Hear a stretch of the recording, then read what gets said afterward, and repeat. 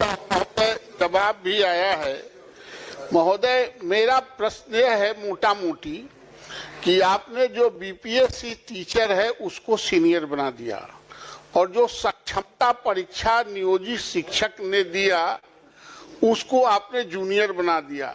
तो जो सक्षमता परीक्षा दिया है वो 15 साल, 10 साल, 17 साल, 18 साल तक लगातार वो कार्य करता रहा शिक्षण संस्थानों में, और उसके 15 साल 18 साल के निरंतरता आप नहीं जोड़ेंगे तो वह डिमोरलाइज फील करते हैं। और दुनिया में कहीं ऐसा नहीं है कि एक ही काम में हम लगे रहे हों और हमको वो वरीयता का लाभ नहीं मिले।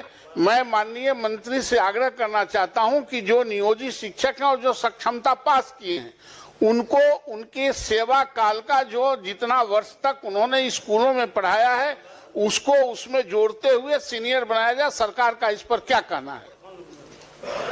एक मिनट पूछिए। हम लोग सभी जानते हैं यहाँ 3 लोकतांत्रिक ढांचे में 3 तरह की सरकार है, केंद्र सरकार, राज्य सरकार और लोकल गवर्नमेंट, स्थानीय स्वशासन की सरकार। और उसके तहत माननीय मुख्यमंत्री जी ने उस समय नियोजन इकाई के द्वारा नियुक्ति करवाया। जो माननीय सदस्य का सवाल है वह इसलिए भी अनिवार्य है और अपरिहार्य है कि उन्हीं शिक्षकों के अनुभव के आधार पर सरकारी विद्यालयों में प्रधानाध्यापक के रूप में नियुक्ति की गई, प्रधान अध्यापक के रूप में नियुक्ति की गई, शिक्षण प्रशिक्षण महाविद्यालय में व्याख्याता के रूप में नियुक्ति की गई। उसमें आप उनका अनुभव मान रहे हैं। राज्य सेवा संवर्ग के भी कोई अगर भारतीय प्रशासनिक सेवा में जाते हैं तो वो सरकार स्टेट टू सेंटर होता है, सेंटर टू सेंटर होता है, तो लोकल गवर्नमेंट टू स्टेट क्यों नहीं हो सकता है? इतने दिन की सेवा, वो भी नियमित सेवा। मुख्यमंत्री महोदय ने पहले वो ठेके पर थे नियुक्त, कॉन्ट्रैक्ट पर, और मुख्यमंत्री महोदय ने 60 वर्ष की सेवा उनकी भी की जितनी सरकारी कर्मियों की, सरकारी शिक्षकों की सेवा थी। तो मुझे नहीं लगता इसमें कोई विवाद है। विभाग द्वारा यह विवाद जरूर पैदा किया जा रहा है, शिक्षकों में असंतोष बनाया जा रहा है, पठन पाठन का कार्य प्रभावित हो रहा है। इसीलिए इसमें मंत्री महोदय आप एक बार समीक्षा करें और सरकार के संवैधानिक स्वरूप को देखते हुए जो माननीय सदस्य का प्रश्न है उसके अनुरूप उनको यह हकदारी मिलनी चाहिए। माननीय मंत्री। माननीय सभापति महोदय, जहाँ तक शिक्षकों के वेलफेयर का प्रश्न है या फिर शिक्षा जगत में जितनी सुधार हुए हैं, अगर उसमें डिटेल में जाएंगे समय लगेगा, लेकिन ये कहना कि शिक्षकों के विरुद्ध है सरकार या उनका ख्याल नहीं रख रही है, सही नहीं है। लेकिन जो कॉन्स्टिट्यूशनल पोजीशन है, हम निश्चित रूप से आपके प्रस्ताव पर और विचार करेंगे, लेकिन जो कॉन्स्टिट्यूशनल पोजीशन है वो भी माननीय सदस्य जान जाएं। स्थानीय निकाय शिक्षकों की नियमावली भारत के संविधान के अनुच्छेद 243(6) के तहत अधिसूचित की गई है, जो राजकर्मी श्रेणी के तहत नहीं होते हैं। तो ये कॉन्स्टिट्यूशनल पोजीशन है, लीगल पोजीशन है। उसके बावजूद भी मैंने कहा कि हम उस पर विचार करेंगे, लेकिन जहाँ तक लीगल पोजीशन और कॉन्स्टिट्यूशनल पोजीशन की बात है, सरकार उस पर सही है और जो हमारा विभाग है वो भी सही है। किसी को तंग तबाह करने के ख्याल से इस तरह की कोई मंशा नहीं है। हम लोगों ने तो जहाँ तक हो सका है शिक्षकों के हित में सारी कार्रवाइयाँ की हैं। अभी आप देख ही रहे हैं जो नियुक्तियाँ हों या उनके अन्य जो भी उनके हित के कार्य थे, 2 लाख करीब 50,000 से ज़्यादा जो शिक्षक थे वो तो पास कर चुके हैं सक्षमता परीक्षा में और वो राजकर्मी का दर्जा पा रहे हैं। महोदय हम भटक गए। मैं यह संजीव जी ने भी कहा कि आपने हेडमास्टर बनाया तो उसकी वरीयता को काउंट किया कि नहीं? आप बीपीएससी में सरकार ने एक योजना लाई कि नियोजित शिक्षकों को हम परमानेंट करके राज्यकर्मी का दर्जा देना चाहते हैं।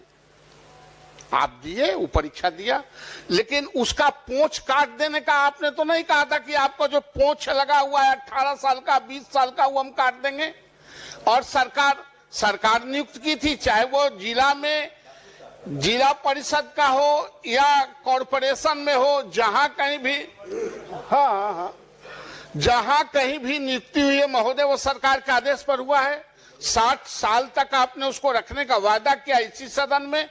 हम सिर्फ यह चाहते हैं कि जो 18 साल 20 साल से काम कर रहे हैं उनकी सेवा निरंतरता उसमें जुटनी चाहिए।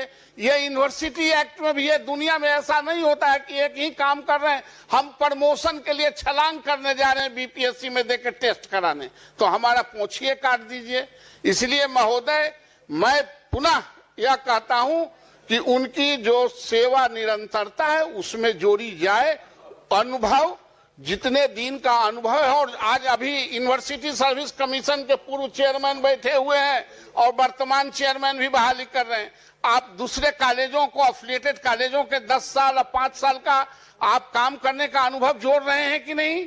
आप उस पर आप अंक दे रहे हैं कि नहीं? ये दुनिया में ऐसा ही चलता है।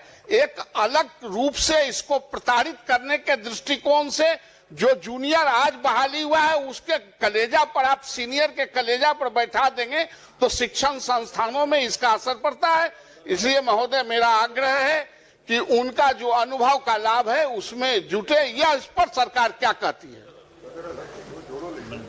सभापति महोदय, प्रताड़ना की तो बात मेरे समझ के परे है और शायद इस सदन के समझ के भी परे है। शिक्षकों को जहां तक सुविधा दी जा रही है, एक चीज माननीय सदस्य भी बताना चाहेंगे, चूंकि उन्होंने लीगल प्रोविजन की बात की और हमने भी किया, तो क्या जो सक्षमता पास करने के पहले जब वो जो शिक्षक थे जिसे नगर निकायों ने या पंचायती राज व्यवस्था के अधीन उन्हें नियुक्ति दी गई, उन्हें टेम्परेरी स्तर पर या कॉन्ट्रैक्चुअल पर, तो वो हकदार नहीं थे न्यू पेंशन पॉलिसी के उस वक्त जब आप वहाँ पर जब आपकी नियुक्ति थी या आपको जब पंचायती राज व्यवस्था के तहत आपको शिक्षक के रूप में रखा गया, तो उस वक्त आप तो न्यू पॉलिसी स्कीम के एनपीएस के तहत पेंशन स्कीम के हकदार नहीं थे।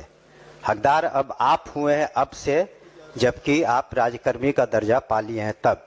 तो इसलिए प्रताड़ना की कहाँ से बात हो रही है? वो तो उनके सुविधा के लिए हम लोग ने सक्षमता परीक्षा की और उसको हम लोगों ने राजकर्मी का दर्जा दिया। माननीय मुख्यमंत्री जी ने बिल्कुल उनके तरफ संवेदनशील रुख अपनाया है। जहाँ तक ये प्रश्न है, उन्होंने कहा कि सेवा जो उन्होंने दी है राज्य को और अपने अपने संस्थाओं में, उस पर हम विचार जरूर कर लेंगे, लेकिन कानूनन रूप से इसकी बाध्यता नहीं है, लेकिन फिर भी हम संवेदनशील होकर उस पर पुनः विचार करेंगे। धन्यवाद। ठीक। माननीय सदस्य डॉक्टर समीर कुमार सिंह और श्री मोहम्मद सोहेब। आज पर जाने का और वो कब तक बंद रहेगा, इस तरह के अधिकार से वंचित करना लोकतांत्रिक मूल्यों के खिलाफ है। और उस जिला शिक्षा पदाधिकारी और वो कार्यालय केवल वेतन रोकने के पीछे अनुशासन नहीं है, कुछ और भी बातें हैं, उसकी जांच होनी चाहिए और जिला शिक्षा पदाधिकारी के कार्यालय से उन पर और उनके अन्य जो कर्मचारी हैं उन पर कार्रवाई होनी चाहिए, उनको दंडित किया जाना चाहिए।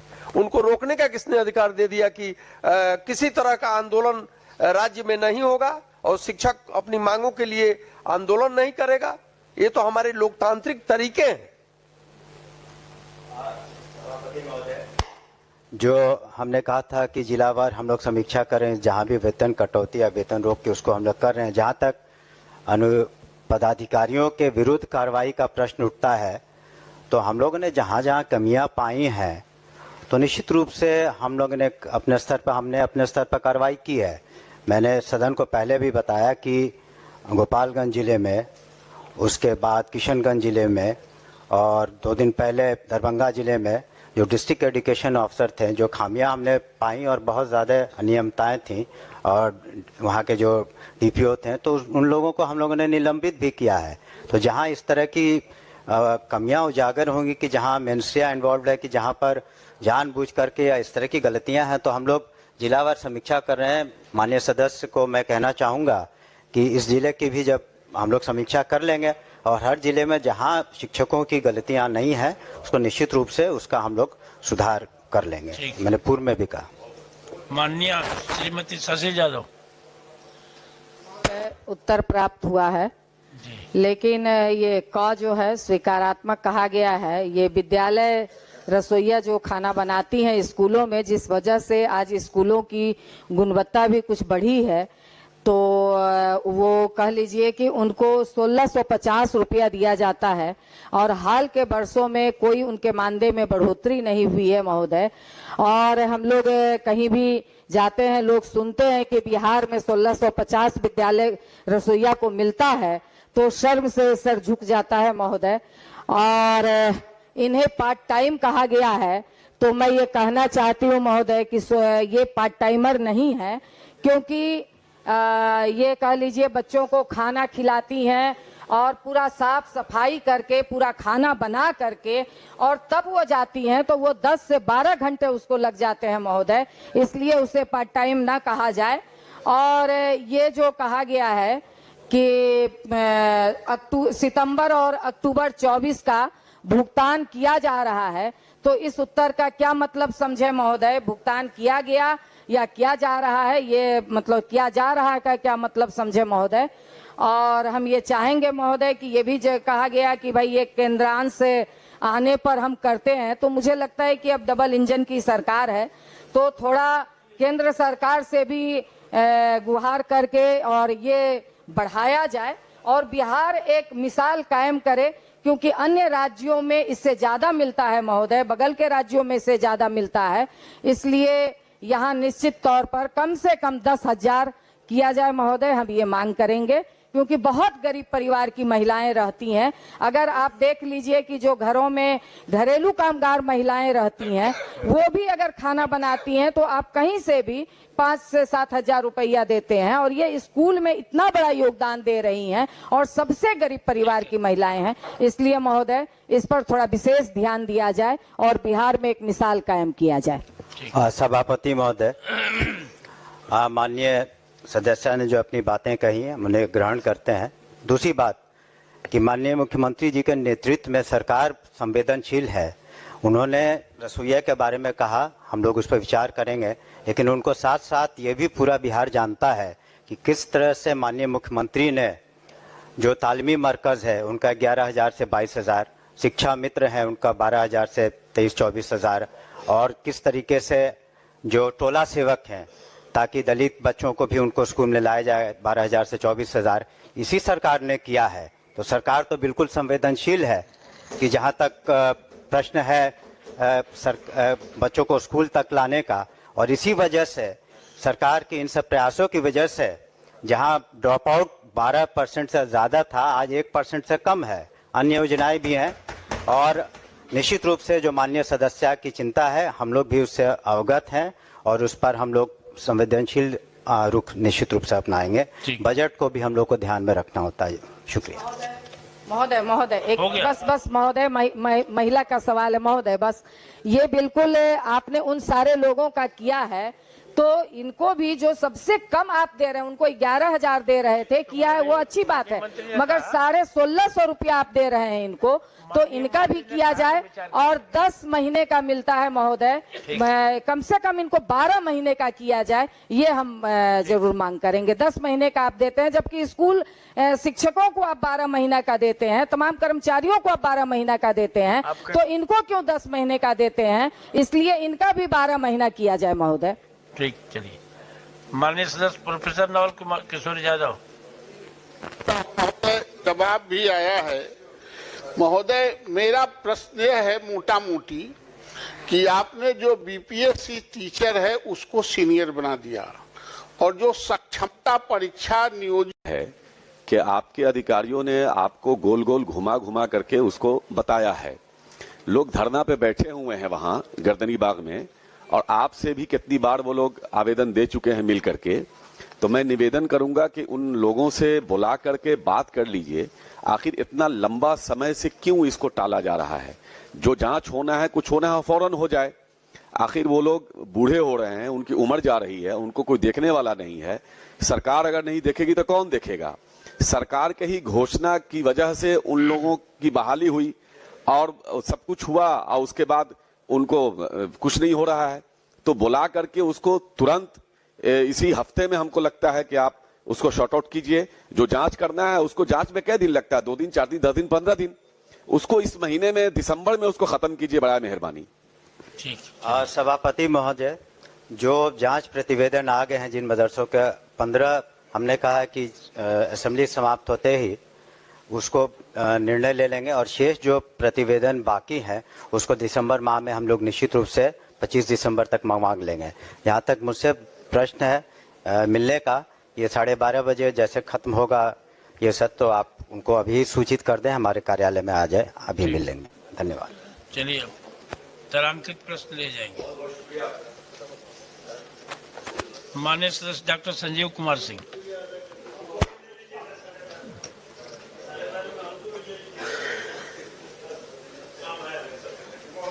उत्तर मिल चुका है जी, लेकिन प्रश्न के अनुरूप उत्तर नहीं है। मैं असंतुष्ट हूं उत्तर से। सरकार के राजस्व की क्षति वर्ष 2019 से मंत्री महोदय माने लूटा जा रहा है एक तरह से। एजेंसियों और विश्वविद्यालय के प्रबंधन जो हैं वह जीएसटी में नामांकन, परीक्षा, ये सब एग्जेम्प्टेड है, लेकिन जीएसटी के प्रावधान जितने भी हैं, नियम जितने भी हैं, उसकी अनदेखी करके विश्वविद्यालय में प्रत्येक वर्ष 25 से 30 लाख रुपए का कारोबार किया जा रहा है, अवैध कारोबार। तो मंत्री महोदय ने जो उत्तर विभाग ने जो दिया है, मुझे लगता है वो कहा गया है महालेखाकार से करवाया जाएगा, और अभी तक लगता है 20-25 करोड़ या कितना रुपया चला गया होगा। तो जब जीएसटी का है तो वित्त विभाग के पदाधिकारी से आप जांच करवावें। ये इसके नाम पर, इसमें एक महोदय बात बता देते हैं, जीएसटी ये जो एजेंसी है यूएमआईएस, जो जीएसटी के नाम पर जो परीक्षा और ये लेती है, वह 1 वर्ष में ही 6 स्किल्ड हैंड दे देगी विश्वविद्यालय, लेकिन वो हरि अनंत हरि कथा अनंता जीवन भर के लिए ये क्वेश्चन वित्त विभाग में ही भेजा गया था, लेकिन वो लोग ट्रांसफर कर दिया। तो महोदय उत्तर तो नहीं ना आया। उत्तर तो वित्त विभाग के पदाधिकारी से जांच करवाया जाए ना, ये तो लूटता ही रहेगा विश्वविद्यालय। इसको भेजा जाएगा पुनः हित में। सभापति महोदय, कि हम लोगों ने अलग अलग ऑडिटर्स की टीम बनाई है सेलेक्ट करके, और जो बकाये पैसे हैं सरकार के कई यूनिवर्सिटीज़ में, तो उसको हम लोग वापस लाने के लिए पत्र तो लिखा, लेकिन हम लोग इंडिपेंडेंट ऑडिट, एक तो स्टैच्यूटरी ऑडिट तो जो ऑडिटर जनरल करते हैं उनका ऑफिस करता है, लेकिन हम लोग भी अपने स्तर से ऑडिटर्स की टीम भेज रहे हैं। और ये जो माननीय सदस्य ने अपनी चिंता व्यक्त की जीएसटी के बारे में, फाइनेंस डिपार्टमेंट्स और हम लोग के भी ऑडिट टीम मिल करके और फिर हम लोग उसकी वसूली करेंगे। ठीक। इसमें हम लोग लगे हुए हैं। माननीय सदस्य प्रोफेसर संजय कुमार सिंह।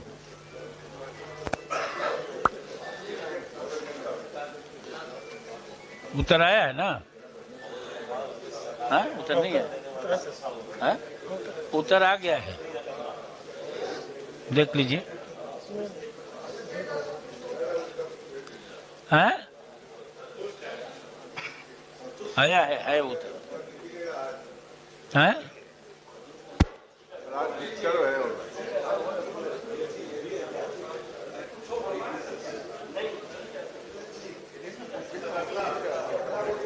आगे बढ़ा जाए।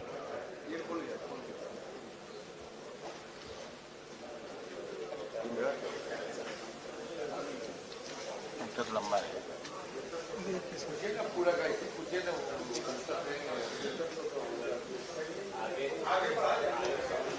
वही सवाल है सर जो अभी कुछ देर पहले चर्चा में आई है कि जैसे कुछ बिहार के प्राथमिक शिक्षक, माध्यमिक शिक्षक अपने संगठन के बैनर तले विधिवत रूप से शांतिपूर्ण धरना प्रदर्शन कर रहे थे अपनी मांगों को लेकर, और वो छुट्टी लेकर आए और तब उनका वेतन काट दिया गया।